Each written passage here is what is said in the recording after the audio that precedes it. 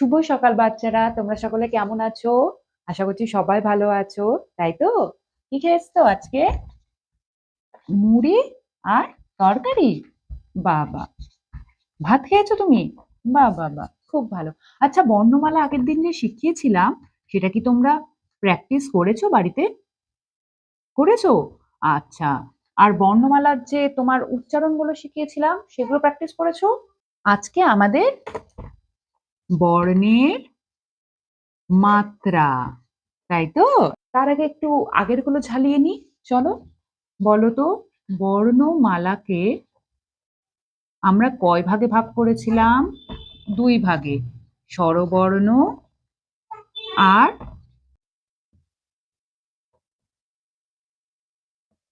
ব্যঞ্জন বর্ণ, তাই তো? আচ্ছা, এই স্বরবর্ণ কটা ছিল? 11টা। বাহ। ব্যঞ্জন বর্ণ কটা ছিল? 39টা। বাহ, খুব ভালো। আচ্ছা, এই স্বরবর্ণগুলো কি কি আগে আমরা লিখে নিই, তারপরে আমি আজকে শেখাবো যে মাত্রা কোনগুলোর আছে কোনগুলোর নেই। তোমরা দেখতেই পাবে, নিজেরাই তখন বলতে পারবে। চলো, স্বরবর্ণগুলো পরপর বলতে থাকো, আমি লিখতে থাকি। হ্যাঁ, অ, আ, হ্রস্বই, দীর্ঘই, হ্রস্ব, দীর্ঘ, হ্যাঁ রি, তারপরে ঠিক করে বলো, ভুল হচ্ছে। রি, এ, ওই, ও, ও, তাই তো? এগুলো হয়ে গেল আমাদের স্বরবর্ণ। এবার ব্যঞ্জন বর্ণগুলো লিখবো, তোমরা বলতে থাকো, আমি লিখতে থাকি। ক, খ, গ, ঘ, ঙ, চ, ছ, বর্গীয় জ, ঝ, ইয়, তাই তো? তারপরে ট, ঠ, ড, ঢ, মূর্ধন্য, ঠিক লিখছি? তারপর ত, থ, দ, হ, দন্তের ন, তারপর প, ফ, ব, ভ, ম। কে কথা বলছে? সবাই চুপটি করে বসো, কিন্তু শিখতে পারবেন না নয়তো। ঠিক আছে?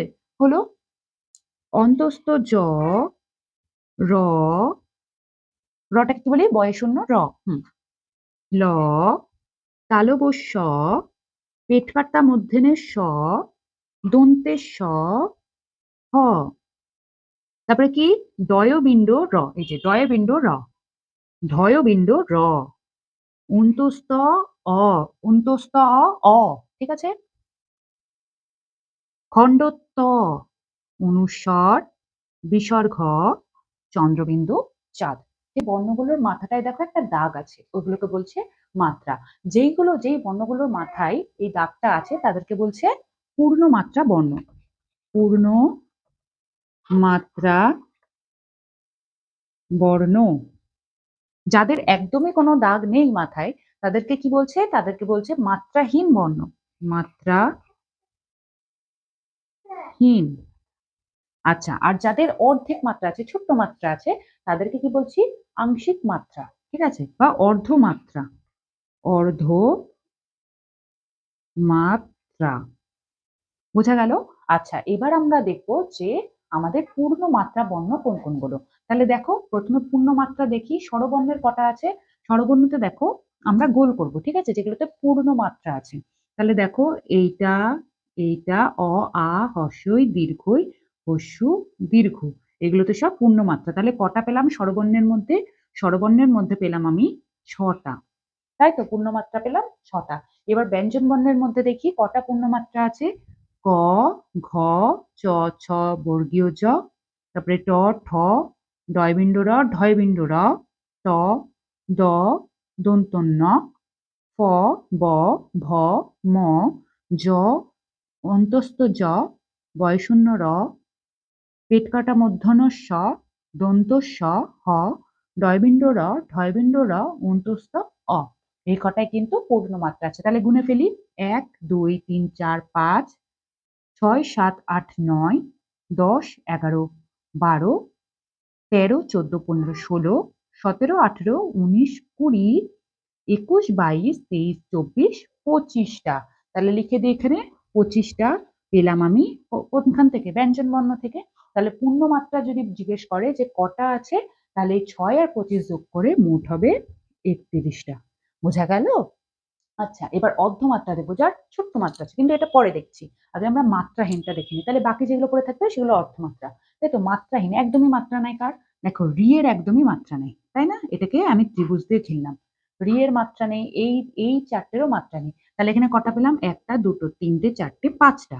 মাত্রাহীন পেলাম পাঁচটা স্বরবর্ণ থেকে। আর এখানে দেখবো একদমই মাত্রা নাই কার কার? দেখো উঁ, ইয়, তাই তো? এই দুটোর একদমই মাত্রাই নেই। মাথায় কোনো দাগ আছে? নেই। আর দেখো এই যে এই লাইনের এই চারটের, এদের একদমই মাত্রা নেই। তাহলে 1, 2, 3, 4, 5, 6টা। মাত্রাহীন হচ্ছে স্বরবর্ণ থেকে 5টা, ব্যঞ্জন বর্ণ থেকে 6টা। মোট কটা হলো? 11টা। বুঝতে পারলে? তাহলে অর্ধমাত্রা দেখো কোনগুলো? অর্ধমাত্রা দেখো, এই দেখো খ, এরকম করে লেখা খ, এখানে এইটুকুন আছে আর নেই। গও এইভাবে লেখা, তাই তো? তাহলে অর্ধমাত্রা এইগুলো গুনে ফেলি। স্বরবর্ণ থেকে তো কিছুই নাই। অর্ধমাত্রা স্বরবর্ণ থেকে কিছুই নাই। ব্যঞ্জন বর্ণ থেকে কটা আছে দেখে নি? 1, 2, 3, 4, 5, 6, 7, 8, এই 8টা, তাই তো? আর আছে? তোমরা দেখে বলো তো, আর আছে? নেই। সময় কিন্তু যেগুলোর মাত্রা নেই সেগুলোর মাথায় মাত্রা দিয়ে ফেলবে না। আবার যার মাত্রা আছে তাকে কিন্তু মাত্রা ছাড়া করবে না। তাহলে কিন্তু বর্ণগুলো ঠিকঠাক লেখা হবে না, তাই তো? তাহলে আজকের ক্লাস এতদূর পর্যন্তই। দেখা হচ্ছে পরের দিন আবার নতুন একটা বিষয় নিয়ে। তো এখন চুপটি করে বসবে, তোমরা লেখাগুলো দেখে দেখে কিন্তু খাতায় প্র্যাকটিস করো। আমি পরের দিন কিন্তু এগুলো লিখতে দেবো যে ঠিকঠাক করে মাত্রা দিয়ে তোমরা লিখতে পারছো কিনা। আজকে আমরা তাহলে শিখলাম পূর্ণ মাত্রা, অর্ধমাত্রা আর মাত্রাহীন বর্ণ।